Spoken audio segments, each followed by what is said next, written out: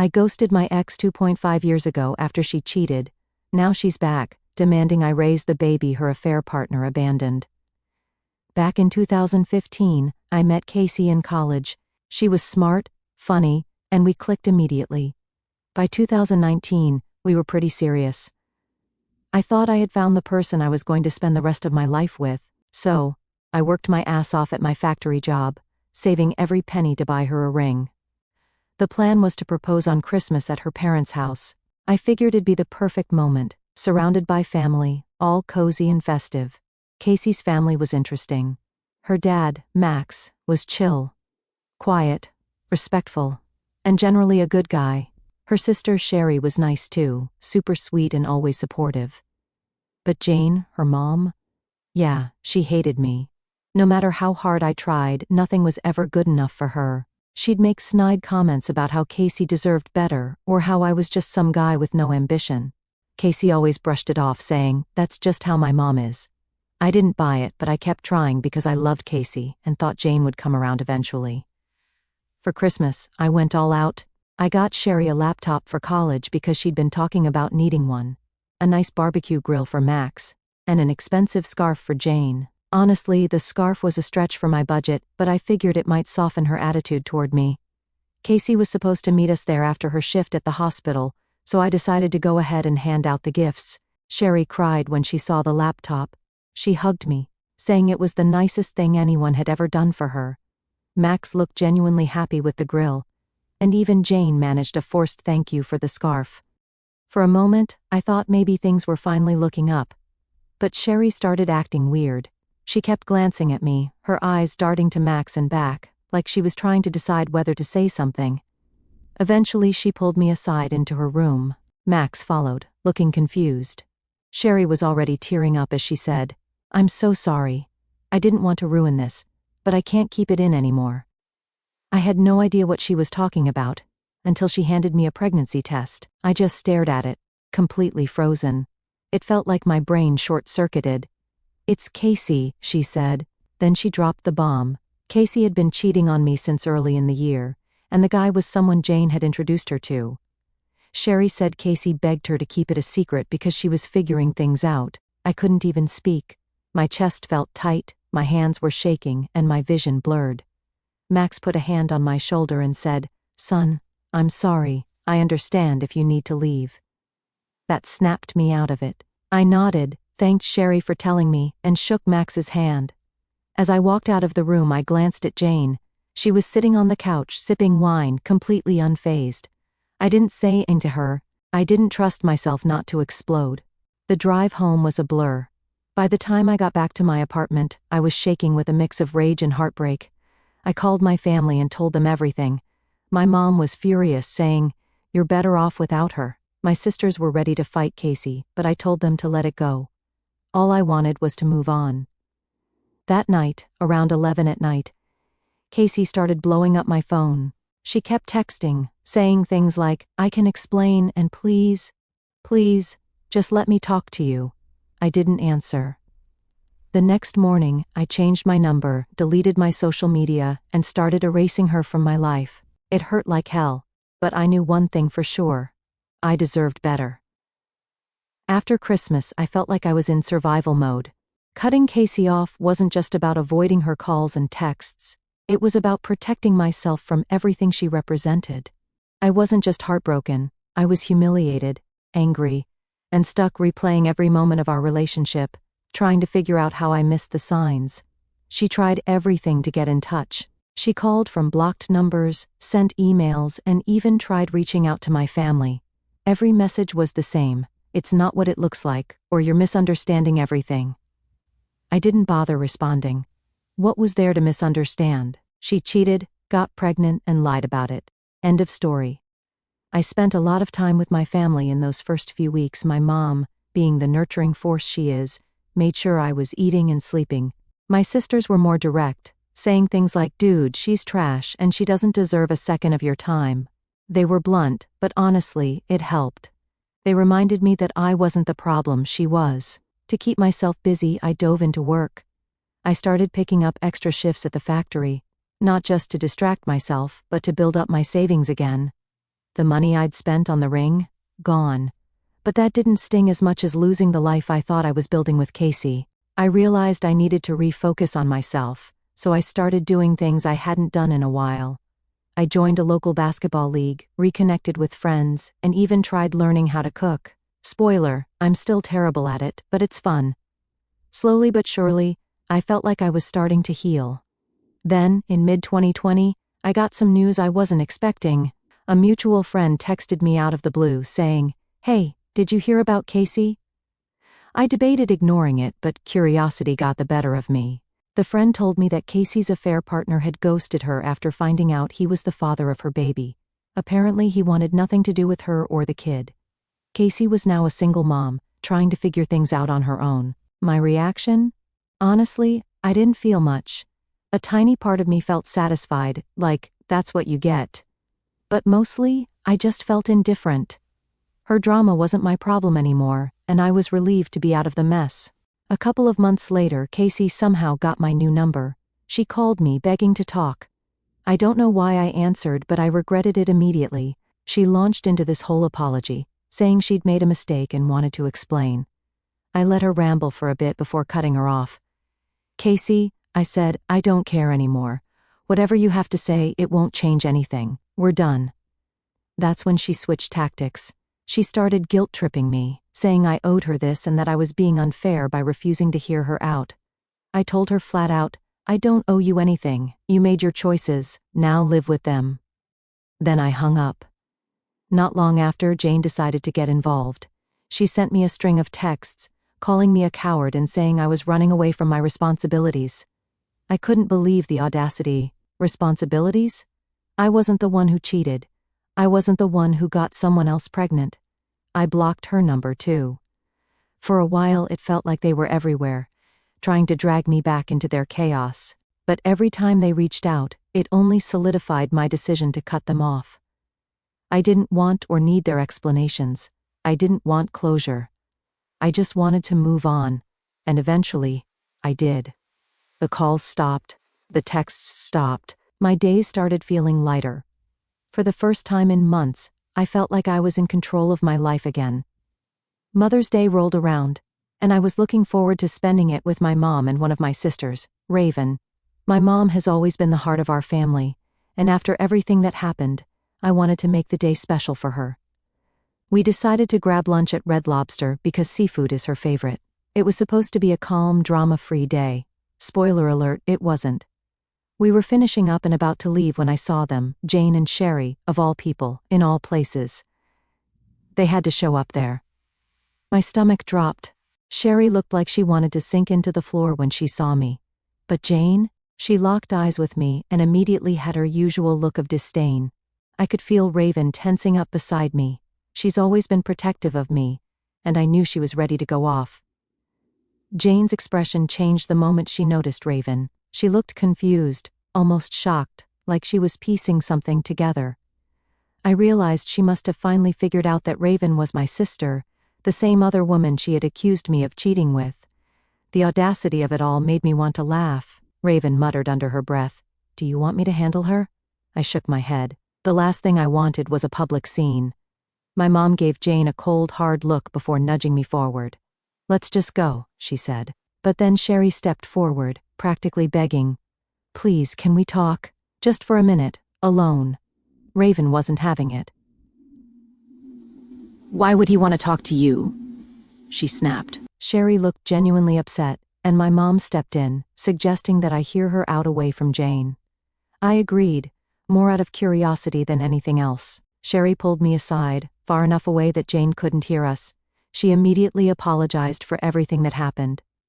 "I'm so sorry for how things turned out," she said. "I miss having you around. You were like a brother to me." I didn't know what to say, so I just nodded and let her continue. She told me Casey had been miserable since I left, crying all the time and saying she regretted everything. "I'm sorry she's struggling," I said, trying to keep my tone neutral. "But that's not my problem anymore. She made her choices." Sherry nodded, then told me something that made my stomach twist. "She destroyed the laptop you gave me," she said quietly. "It happened right after you left. She was mad at me for telling you the truth. That hurt." I'd given her that laptop out of genuine care, and Casey ruined it out of spite. Before I left, I asked Sherry a question that had been bothering me since Christmas. Why does your mom hate me so much? What did I ever do to her? Sherry hesitated, then admitted. She thought you were cheating.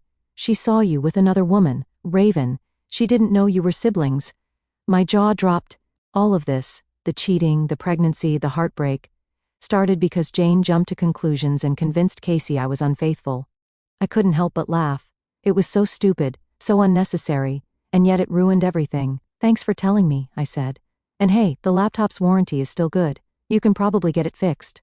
Sherry's face lit up, and for a moment, I saw the kind, shy girl I used to know. We hugged briefly, and I left to rejoin my mom and Raven. When I told them what Sherry had said, Raven rolled her eyes. So Jane's not just a jerk, she's also an idiot. Good to know. My mom sighed and said, Michael, you're better off without those people in your life. She was right. I'd spent so much time trying to make things work with Casey and her family, but it was clear now that they were never worth the effort. A few days after running into Sherry and Jane at Red Lobster, Sherry called me. She wanted help with the laptop warranty I'd mentioned, and since she'd been one of the few decent people in that family, I agreed to meet her at a local electronics store. When I got there, Max was with her, which, honestly, was a nice surprise. Max had always been solid. Out of all the chaos, he'd been the only one to offer me a genuine apology on Christmas.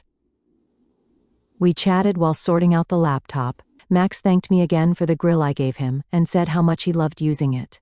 Sherry was quieter but seemed relieved to have someone helping her out. It felt nice, almost normal. Afterward, Max suggested we grab lunch together as a thank you. I agreed, figuring it'd be a good way to catch up. We went to a small restaurant nearby, and for the first time in ages, I wasn't thinking about Casey or the drama. Max talked about his plans to redo their backyard, and Sherry mentioned how school was going, though she was clearly still dealing with tension at home. It was a surprisingly good time.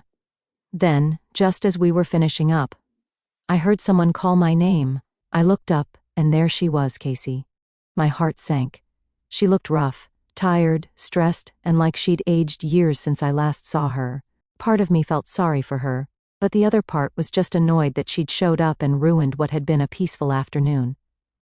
Hi, she said, her voice barely above a whisper. She glanced at Max and Sherry, then back at me. Can we talk? I stayed seated and crossed my arms. What do you want, Casey? She hesitated, then stepped closer. I just want to explain, please. I've been trying to talk to you for months. I sighed. You've got 5 minutes. Go. She launched into an apology, saying she'd made a mistake and regretted everything. I was confused, she said. My mom convinced me you were cheating. She said she saw you with another woman. I cut her off. You mean my sister? That's who Jane saw. Raven is my sister Casey. If you'd bothered to ask instead of jumping to conclusions, we wouldn't even be here right now. Casey's face fell. I didn't know. I thought. She trailed off, looking completely lost. I should have talked to you. You just cheated, I said flatly. For almost a year. Instead of trusting me, you lied, slept with someone else and got pregnant. And you expect me to care about your excuses now? Her voice cracked as she said, I wasn't happy. I didn't know what to do. I snapped. You could have talked to me. You could have ended things if you weren't happy. But instead, you went behind my back. That's on you. Max and Sherry sat there awkwardly, clearly uncomfortable with the whole situation. Casey started crying, which might have worked on me years ago, but not anymore. Please, she begged. I want to fix this. I'll do anything. I shook my head. There's nothing to fix, Casey. You destroyed everything. I've moved on, and so should you. That's when she dropped the real bomb. But my son, she said. He needs a father. He needs stability. I blinked, stunned by the audacity. Your son is not my responsibility. That's for you and his actual father to figure out. Oh wait, he ran off, didn't he? Sounds like a pattern. Casey flinched but didn't argue. Instead, she looked at me with tear-filled eyes and said, Why are you being so mean? Mean? I repeated. Casey, I worked overtime to save for a ring because I thought we had a future together. I planned to buy a house for us to start a family with you, and you threw it all away. You don't get to call me mean for refusing to clean up your mess. She broke down completely, sobbing into her hands. Max finally stepped in and said, "Casey, I think it's time to go. You need to respect his boundaries." She turned to Sherry, desperate for backup. "Sherry, you understand, don't you? You know I regret everything." Sherry hesitated, then said, "Casey, you're my sister, and I love you, but you made your choices. You can't expect him to just forget everything."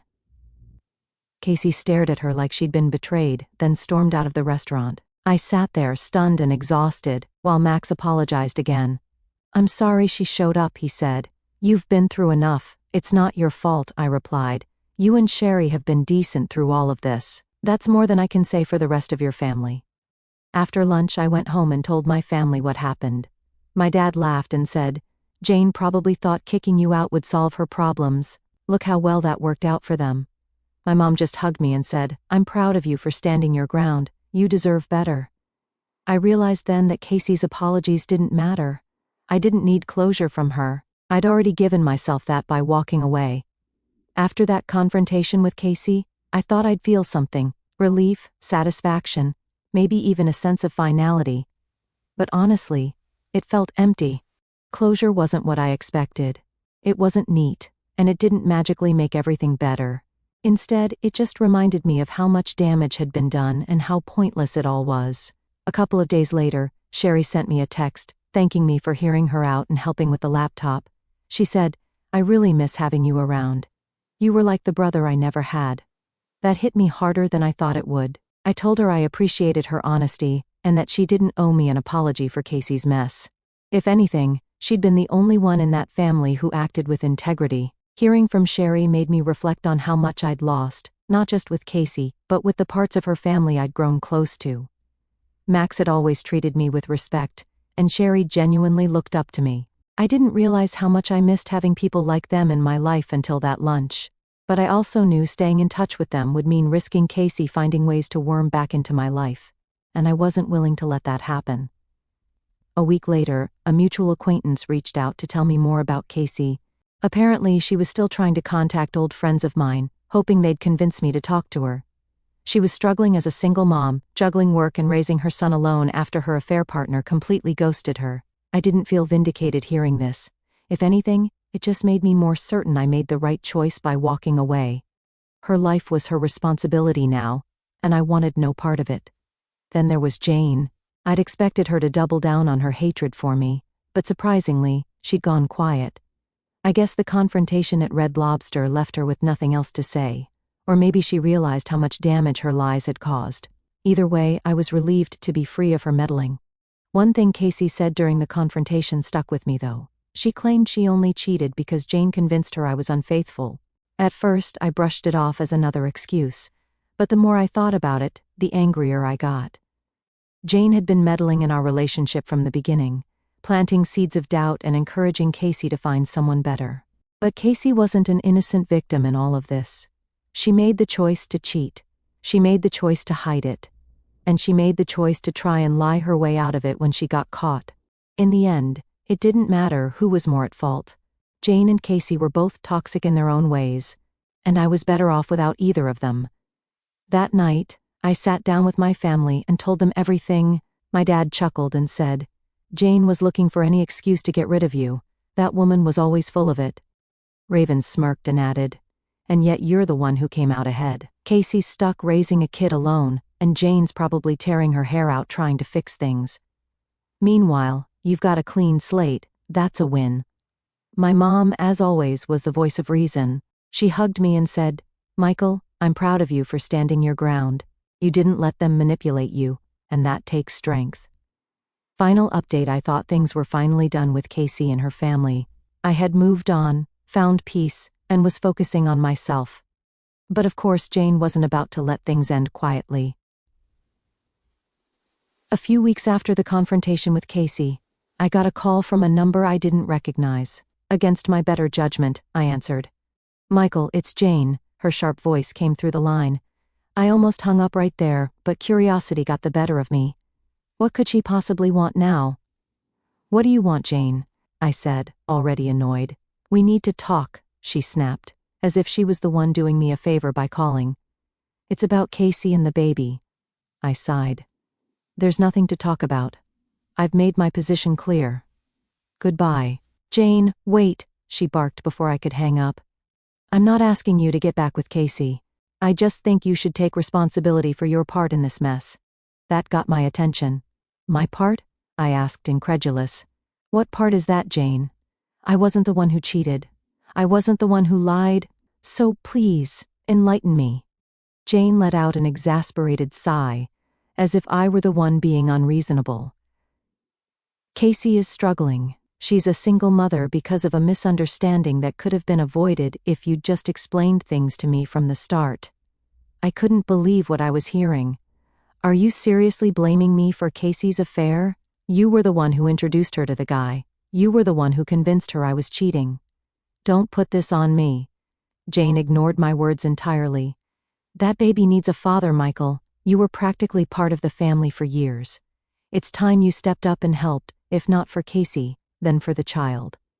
I was so stunned, I didn't know how to respond at first. When I finally found my voice, I said, Jane, let me make this crystal clear.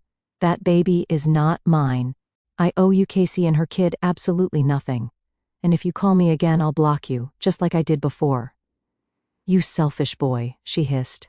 Do you think you'll ever find someone better than Casey? She made a mistake, but she's still the best you'll ever do. You're throwing away a good woman over something so trivial. That did it.